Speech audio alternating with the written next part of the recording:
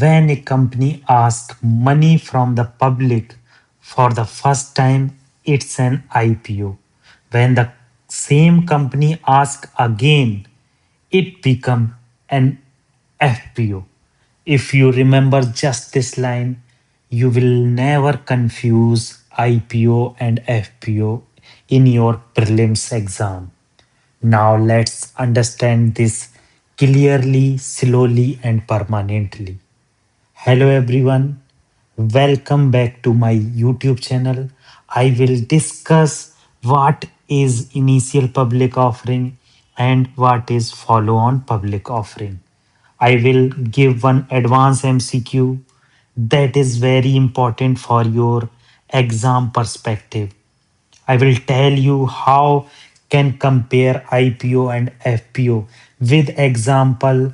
Don't worry about anything. I will clear all your doubt with this topic IPO and FPO.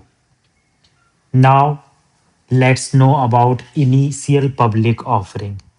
And an initial public offering is the process by which a private company raise money from the general public for the first time by issuing shares and get listed on a stock exchange. After IPO, the company becomes a public company. Don't worry, you will get everything. I have already said to you, I will discuss everything with example. Now, again, an IPO, initial public offering, a private company. Initially, a private company issue some share to raise money from general public for the first time and get listed into stock exchange. After IPO, the company becomes a public company. Why companies bring an IPO? First, we should understand why companies bring IPO. What is the reason behind IPO? A company brings an IPO to raise capital for expansion. Every company want their expansion regarding their land, their production, reduce debt. No company want debt. So fund for new project, provide an exit to early investor, increase public trust and visibility. Everyone in our life want trust and visibility. So IPO is the entry ticket of a company into the stock market. Now let's discuss with very easy example. This is real life example. Imagine a startup has grown big, needs 5,000 crore for expansion. A startup needs 5,000 crore rupees for startup for expansion.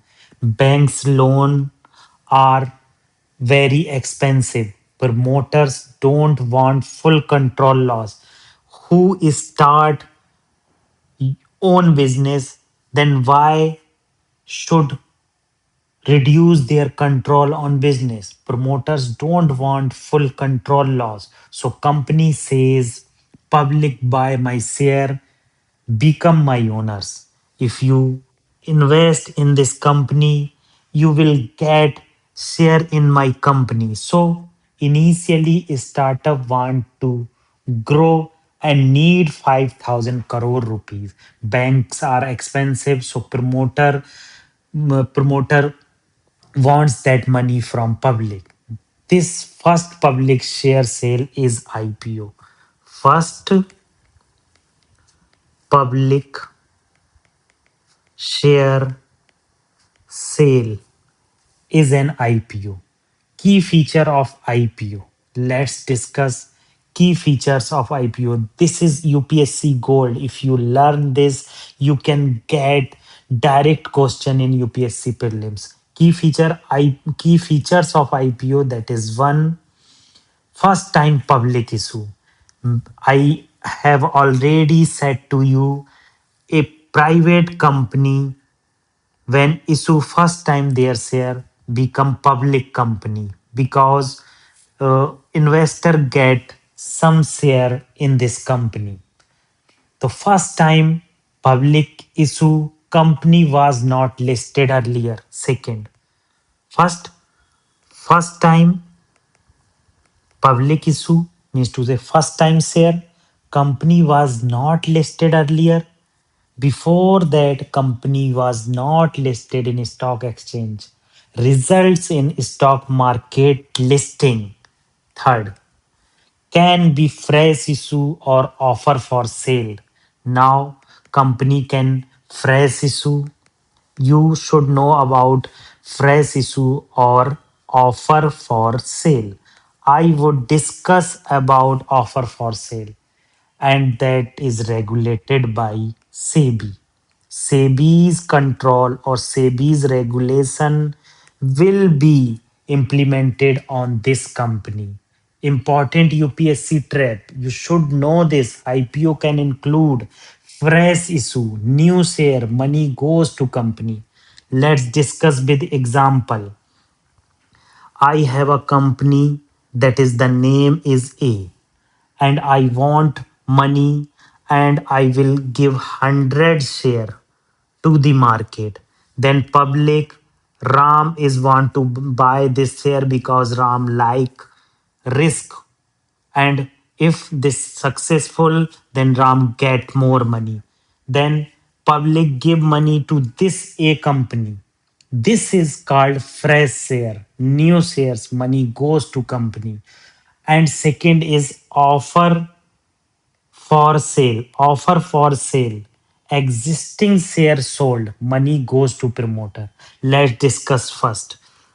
Let's assume I have means to say a company has 100 share, but this company's promoter Ram want to build his house, so he want to sold this share and some money goes to promoter. Understand, share is always same, they are not decline, but promoters who is the owner, one of the owner of that company. So 100 share will not reduce, but promoter share remove by other person's share. Let's say understand this is offer for sale. You will get direct question from this and I will discuss offer for sale in this point. Understand? Now let's move other point. UPSC often ask this indirectly. You should know offer for sale, existing share sold, money goes to promoter, while fresh share, new share, money goes to company. The both of them or both are included into IPO. Now let's discuss what is FPO. FPO. Follow on public offering. Follow on public offering. Follow on public offer. An FPO is the process by which an already listed company issue additional share to the public to raise more money. Understand? FPO I have already said to you FPO is additional share. If I have a company name Om Prakash and I want more money to expand my business. I have already 100 share, but additional share I will issue for money from public. An already listed company issue additional share to the public to raise more capital. Understand? So key difference line is IPO is first visit to the market and FPO is return visit to the market. Understand? Simple FPO example is a company IPO 5 years ago. Understand? is already listed on stock exchange, now needs money for new factory, it again issues share to public. This is an IPO. Understand what is FPO? So why companies goes for FPO? Expansion of operation, reduce government or promoter shareholding, meet regulatory requirement, fund acquisition, strengthen balance sheet. What is why companies go for IPO? Expansion for operation, reduce government or promoter shareholding. Understand, reduce government or promoter shareholding. That point will ask by prelims directly. Please listen carefully. You will get notes from everywhere. I will give you notes if you comment on my comment box. So first discuss the topic why companies go for FPO, expansion of operation, reduce government or promoter shareholding, meet regulatory requirement, fund acquisition, strengthen balance sheet. Understand? If public invest in this company, balance sheet will automatically grow. Understand? Now let's discuss to clarify what is IPO and FPO. Most important features you should know about this. If you don't know, please focus on this topic. It's a first public issue, subsequent public issue. Understand? Unlisted company, first time, higher risk is higher in this company. Investor data limited. If you invested in new company, you don't have much data. How I will share, but someone want more risk. That's why IPO investor data is limited and risk is very high. While IPO follow on public offer, subsequent public issue, companies that are already listed in a stock exchange, regulated by SEBI, and you have already lots of confidence. Market entry already present, risk very lower because you know about this. You know about LG, Tata, Reliance, but you don't know Om Prakash company. Investor data available publicly, lots of data about FPO's company. Understand? One line trick, only one line trick. IPO unknown company, FPO known company. Understand? So this is very important topic. You should learn about this. Who regulated IPO or FPO? Both IPO and FPO regulated by SEBI.